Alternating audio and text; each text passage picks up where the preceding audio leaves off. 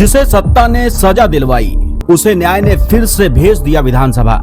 क्या अब्बास अंसारी सिर्फ एक विधायक है? योगी सरकार के खिलाफ समाजवादी पार्टी की नई राजनीतिक ताकत। उत्तर प्रदेश की सियासत में एक और बड़ा मोड़ आया है।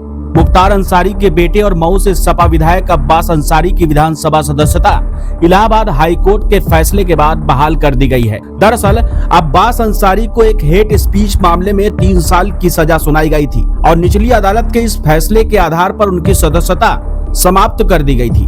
अब्बास अंसारी ने इस फैसले को इलाहाबाद हाईकोर्ट में चुनौती दी थी। हाईकोर्ट ने निचली अदालत के फैसले को निरस्त कर दिया और उन्हें राहत दे दी। इसके बाद अब्बास की सदस्यता बहाल करने का आदेश भी आ गया है। वहीं जब अब्बास अंसारी को सजा सुनाई गई तो कोर्ट के इस फैसले से उनकी राजनीतिक विरासत पर भी असर पड़ा है। इस फैसले से न केवल अब्बास की राजनीतिक स्थिति को कमजोर किया बल्कि उनके परिवार की मऊ में दशकों पुरानी राजनीतिक विरासत पर भी सवाल उठाए।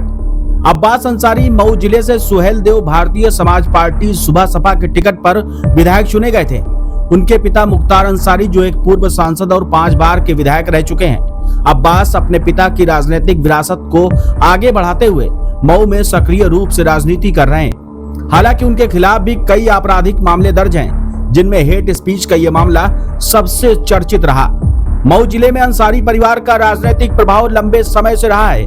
मुख्तार अंसारी ने इस क्षेत्र में अपनी मजबूत पकड़ बनाई थी और अब अब्बास उसी विरासत को आगे बढ़ाने की कोशिश में है। हालांकि उनके खिलाफ दर्ज आपराधिक मामले और विवाद उनकी राह में बार बार चुनौतियां खड़ी करते हैं। हेट स्पीच मामले में सजा और फिर हाई कोर्ट से राहत ने एक बार फिर अंसारी परिवार को चर्चा में लाकर खड़ा कर दिया है।